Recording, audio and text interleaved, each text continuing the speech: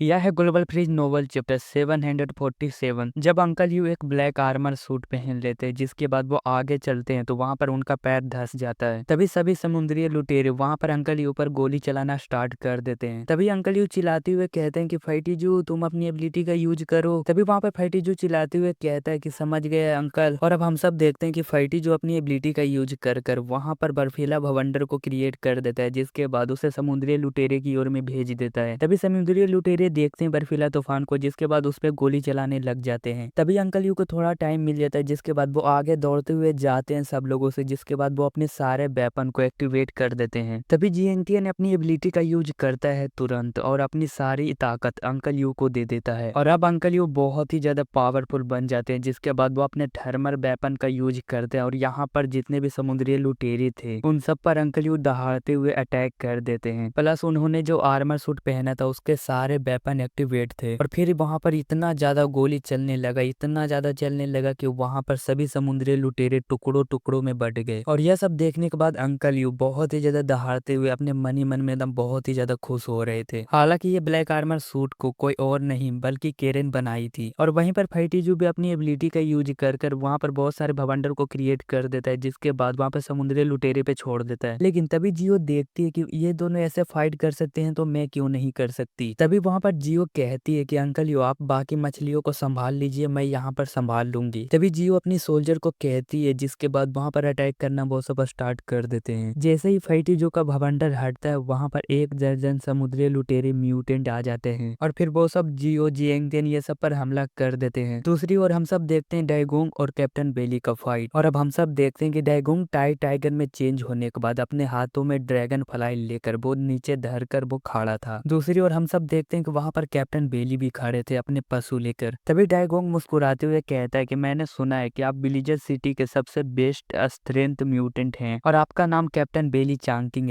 है ना। इतना सुनते ही कैप्टन बेली बहुत ही ज्यादा हैरान हो जाते हैं, जिसके बाद वो फिर कहते हैं कि तुम मेरे बारे में जानते हो, इसका मतलब तुम्हारा विलेजर सिटी में कोई जासूस है, तो तुम मुझे बताओ कि वो कौन है। इतना कहने के बाद कैप्टन बेली अपने मन ही मन में सोचते हैं कि अब मेरे बारे में भी इसे पता है कि आखिरकार मैं किस लेवल का म्यूटेंट हूँ। इसका मतलब यही हुआ कि विलेजर सिटी में बहुत ही पहले से एक्लिप्स मून टीम का एक जासूस था। तभी तो गोड टीम के इन्फॉर्मेशन लीक करने की वजह से गोड टीम पूरा ही खत्म हो गया। तभी डाइगोंग मुस्कुराते हुए कहता है कैप्टन बेली को कि मैं उसी का तारीफ करता हूँ जो कि बहुत ज्यादा मुझसे पावरफुल होता है। अगर तुम मुझसे फाइट करो, अगर तुमने मुझे हरा दिया तो तुम जो भी पूछोगे मैं बता दूंगा। तो है तुम्हारे पास इतनी ताकत तो आओ मुझसे फाइट करो। तभी डाइगोंग कैप्टन बेली की ओर में अपने ड्रैगन फ्लाई कट को कर देता है, जिसके बाद वो फिर कहता है कि आओ मुझे मारो। तभी कैप्टन बेली कहते हैं कि देखो सुमो पहलवान, तुम मुझे अपनी तरह मत समझो, मैं एक सोल्जर हूँ और इसलिए मेरा सबसे बड़ा मिशन यही है कि मैं अपने देश को बचाऊं तुम्हें खत्म कर कर। इतना कहने के बाद कंपाउंडर नंबर 5 को इंजेक्ट कर लेते हैं कैप्टन बेली और फिर कैप्टन बेली के पूरे शरीर से रेड ऑरा निकल रहा था। हालांकि यहाँ तक कि कंपाउंड नंबर 5 को कैप्टन लेवल का भी म्यूटेंट इसे इस्तेमाल करने से बहुत ही ज्यादा डरता है और यहाँ पर कैप्टन बेली के पास कोई भी रास्ता नहीं था, क्योंकि डाइगोंग भी एक स्ट्रेंथ लेवल का म्यूटेंट है और कैप्टन बेली भी स्ट्रेंथ लेवल का म्यूटेंट है और दोनों में टकराव होगा तो दोनों ही थकेंगे लेकिन जीतेगा कोई नहीं। इसीलिए कैप्टन बेली सोचते हैं कि अगर मैं मर भी गया तो मुझे कोई गम नहीं होगा, लेकिन मुझे इसे खत्म करना ही होगा और इसलिए कंपाउंडर नंबर 5 का यूज करते हैं। तभी कैप्टन बेली का ऑरा जब देखता है डाइगोंग तो उसका आग की पुतली बहुत ही ज्यादा सिकुड़ जाता है और फिर डाइगोंग को बहुत ही ज्यादा खतरा महसूस होने लग जाता है और तुरंत ही डाइगोंग को याद आता है कि माइमी ताकेउची का भविष्यवाणी तो बेकार है। हालांकि अब डाइगोंग को ये नहीं पता था कि वो मरने वाला है या कुछ और अब हम सब देखते हैं कि कैप्टन बेली सीधा डाइगोंग के पास आते हैं और सीधा एक मुक्का मारते हैं और वो बहुत ही ज्यादा दूर जाकर गिरता है। तभी डाइगोंग ऊपर देखता है, तभी कैप्टन बेली उसके चेहरे पर एक मारते हैं, जिसके बाद उसका दांत टूट जाता है और फिर से बहुत ही दूर जाकर गिरता है। तभी डाइगोंग चिल्लाते हुए कहता है कि बेली चांगिंग तुम ड्रग का यूज कर रहे हो और ये कितना शर्म की बात है कि आखिरकार एक स्ट्रेंथ लेवल म्यूटेंट जो कि ड्रग का यूज कर कर अपनी स्ट्रेंथ को बढ़ाकर फाइट करता है। तभी कैप्टन बेली कहते हैं कि मैंने तुम्हें पहले ही बताया था कि मैं एक सोल्जर हूँ और इसलिए मुझे कोई फर्क नहीं पड़ता कि मैं जीऊं या मरूं, लेकिन मुझे किसी भी हाल में जीतना ही होगा और इसलिए मैं कुछ भी यूज कर सकता हूँ और ये हर मायने में सही है मेरे लिए। और अब हम सब देखते हैं कि कैप्टन बेली जमीन पे नीचे गिरने से पहले ही डाइगोंग को इतना मारते हैं कि वो उसका पूरा शरीर जख्मों से भर जाता है। वहीं पर कैप्टन बेली कहते हैं कि तुम्हारे फ्यूचर देखने वाली वो चुड़ैल के बिना तू कभी नहीं मुझे हरा सकता है और डाइगोंग को बहुत ही ज्यादा मारते रहते हैं और डाइगोंग के कानों में यही सब आवाज गूंज रहा था। डाइगोंग बहुत ही ज्यादा दहाड़ने लग जाता है लेकिन उसे एक भी मौका नहीं मिलता है कैप्टन बेली पर हमला करने के लिए और और कैप्टन बेली बहुत ही ज्यादा पावरफुल हो गए थे और उनका स्पीड बहुत ही ज्यादा था और इसलिए कैप्टन बेली इतना मारते हैं कि वो उसका पूरा शरीर ही जख्मों से भर जाता है। और इतना ज्यादा मार खाने के बाद जल्दी से डैगोंग होश में आ जाता है, जिसके बाद वो फिर कहता है कि मैं जीत सकता हूँ, मुझे बस इंतजार करना होगा कि जब तक इसका ड्रग का असर खत्म नहीं हो जाता। हालांकि ये पहली बार है कि डैगोंग किसी से फाइट किया है और उसे बहुत ही ज्यादा डर महसूस हुआ है और कैप्टन बेली के शरीर से अभी भी रेड ऑरा निकल रहा था। तभी डैगोंग के सामने खड़ा हो जाते हैं, जिसके बाद वो फिर कहते हैं कि तुम्हें क्या लगता है कि तुम यहाँ से भाग जाओगे, और फिर कैप्टन बेली एक चेस्ट पे उसके मारते हैं। तभी डैगोंग एकदम बोरी की तरह बहुत ही दूर जाकर फेंका जाता है और अब डैगोंग का मुंह कान से पूरा खून गिरने लग जाता है। और इतना सब कुछ होने के बाद भी वो एकदम खड़ा था और अब डैगोंग अपने मन को पूरा शांत कर लेता है, जिसके बाद वो फिर अपने मन में कहता है कि मुझे बस एक मौका चाहिए इसे खत्म करने के लिए। यह है ग्लोबल फ्रीज नोवेल चैप्टर 748 और यहाँ पर कैप्टन बेली से बहुत ज्यादा मार खाने के बाद डैगोंग का जबड़ा एकदम बहुत ज्यादा कांप रहा था और अब डैगोंग को बहुत ही ज्यादा कमजोरी महसूस होने लगता है। और तभी कैप्टन बेली अपना पशु को जमीन में लगड़ते हुए डैगोंग की तरफ बढ़ रहे थे और फिर कैप्टन बेली कहते हैं कि तुम नियोन हमारे हुआक्सू देश की चीजों को नकल करते हो और उस पर हक जमाना चाहते हो। इतना सुनते ही डैगोंग को बहुत ही ज्यादा गुस्सा आ जाता है, जिसके बाद वो अपना ड्रैगन फ्लाई कटर उठाता है और सीधा मारने के लिए दौड़ता है कैप्टन बेली को। तभी कैप्टन बेली देखते हैं कि डैगोंग मुझ पे हमला करना चाहता है, तभी वो अपना पशु उठाते हैं और डैगोंग की तरफ दौड़ते हैं उसे खत्म करने के लिए। तभी दोनों का हथियार टकराता है, जिसके बाद वहां पर आवाज ही आवाज आने लग जाता है। लेकिन तभी कैप्टन बेली का पशु सीधा डैगोंग के शरीर से होकर निकलता है, लेकिन डैगोंग का यहाँ पर एक भी खून नहीं गिरता है क्योंकि इसका बहुत ही ज्यादा मोटा चमड़ा है और इसीलिए कैप्टन बेली इसे जल्दी खत्म नहीं कर सकते। हालांकि यहाँ पर कैप्टन बेली का शरीर काला पड़ने लग जाता है क्योंकि कंपाउंडर नंबर 5 का इफेक्ट धीरे धीरे कम हो रहा था और इसीलिए कैप्टन बेली सोचते हैं कि मुझे जल्दी से जल्दी इस फाइट को खत्म करना होगा, नहीं तो एक बार कंपाउंडर नंबर 5 का इफेक्ट कम हो जाएगा, जिसके बाद मैं बहुत ही ज्यादा कमजोर हो जाऊंगा। दूसरी ओर हम सब देखते हैं क्लिप्स मून टीम के जिंगुजी सेइचिरो को। हालांकि यहाँ पर जिंगुजी सेइचिरो और जांगी दोनों ही यहाँ पर कुछ भी एक दूसरे का नहीं बिगाड़ पाते हैं और यहाँ पर इन दोनों को ही नहीं समझ में आ रहा था कि फाइट किसकी ओर जा रहा है, कौन जीतेगा कौन हारेगा, क्योंकि यहाँ पर जांगी के होने की वजह से यहाँ पर मायुमी ताकेउची सही से नहीं देख पाएगी कि आखिरकार फ्यूचर में कौन जीतेगा कौन हारेगा। और यहाँ पर जिंगुजी सेइचिरो और जांगी दोनों ही अपने मन ही मन में एक ही बात सोचते हैं कि अगर एक दूसरे को ये दोनों खत्म नहीं कर सकते तो क्या हुआ, आखिरकार वो एक दूसरे को लोगों को खत्म जरूर कर सकते हैं। जांगी यहाँ पर आकाश में उड़ रहा था क्योंकि उसके पास स्पेशल सूट था और इसलिए जांगी को बहुत ही अच्छा व्यू मिलता है बैटलफील्ड का। तभी जांगी का नजर पड़ता है तियानलोग आइसलैंड का 4th डिवीजन कैप्टन कैन्यूट पर और नाबुनागा पर और फिर जांगी अपने मन ही मन में सोचता है कि अगर मैं यहाँ पर ब्लैक बॉल का यूज करूंगा तो यहाँ पर बहुत सारे लोग मारे जाएंगे, लेकिन मैं यहाँ से स्नाइपर राइफल से उसे जरूर खत्म कर सकता हूँ स्पेशल बुलेट से। यह सब सोचने के बाद जिंगुजी सेइचिरो को जांगी देखने लग जाता है। तभी जिंगुजी सेइचिरो बहुत ही ज्यादा मुस्कुराते हुए कहता है कि मैं तुम्हें खत्म नहीं कर सकता तो क्या हुआ, आखिरकार जो है तुम्हारे पीछे 2 औरतें लड़ रही हैं, उसे जरूर खत्म कर सकता हूँ। हालांकि जिंगुजी सेइचिरो जिसे मारना चाहता है वो है सिनिक्सिन और टीचर लियांगयू और इतना सुनते ही जांगी को बहुत ही ज्यादा गुस्सा आ जाता है, लेकिन वो दिखाता है ऐसे जैसे वो दोनों सोल्जर है यहाँ पर। तभी जांगी कहता है कि वो सब एक सोल्जर है, अगर तुम उसे मारना चाहते हो तो मार सकते हो। तभी जांगी जैसे ही अपना मुंह ऊपर करता है मायुमी ताकेउची को जांगी देख लेता है। तभी जांगी कहता है कि हम दोनों एक दूसरे को जरूर खत्म कर सकते हैं, तुम्हें क्या लगता है। इतना सुनते ही जिंगुजी सेइचिरो का होश ही उड़ जाता है, उसके चेहरे पर जो मुस्कान था वो गायब हो जाता है क्योंकि जिंगुजी सेइचिरो को पता था कि वो मायुमी ताकेउची को ही टारगेट करेगा। और अब जांगी अपने राइट आंख वाली एबिलिटी में रोशनी बहुत ज्यादा जमा करने लग जाता है क्योंकि वो राइट आंख वाली एबिलिटी का यूज कर रहा था और अब जांगी किसी भी टाइम मायुमी ताकेउची पर अटैक कर सकता है। हालांकि मायुमी के ही पास है फिनिक्स सांगन, अगर वो इस हमले को रोकता है तो ना जाने उसे क्या कीमत चुकाना पड़ सकता है। और अब जांगी को रोकने के लिए वहां पर जिंगुजी सेइचिरो अपना कैप नीचे रख देता है और अब हम सब देखते हैं नाबुनागा और टीचर लियांगयू का फाइट। हालांकि ये दोनों ही तलवारबाज हैं और ये दोनों ही बहुत ही ज्यादा पावरफुल हैं, लेकिन यहाँ पर नाबुनागा जो स्पेशल तलवार का यूज कर रहा है वो इतिहास में बहुत ही ज्यादा पावरफुल तलवार था और इस तलवार का नाम है ग्रैंड हानिया। लेकिन वहीं पर टीचर लियांगयू के हाथ में जो तलवार था वो था एडमेट से बने हथियार। हालांकि यहाँ पर टीचर लियांग जो तलवार को चला रही है वो नाबुनागा के तलवार से बहुत ज्यादा भारी है, लेकिन ये तलवार बाज पे ही डिपेंड करता है कि वो किस तरह से इसे चलाता है, क्योंकि जो भारी तलवार होता है उसे चलाने में बहुत ज्यादा एनर्जी जाता है जिससे तलवार बाज पे बहुत ही ज्यादा इफेक्ट पड़ता है।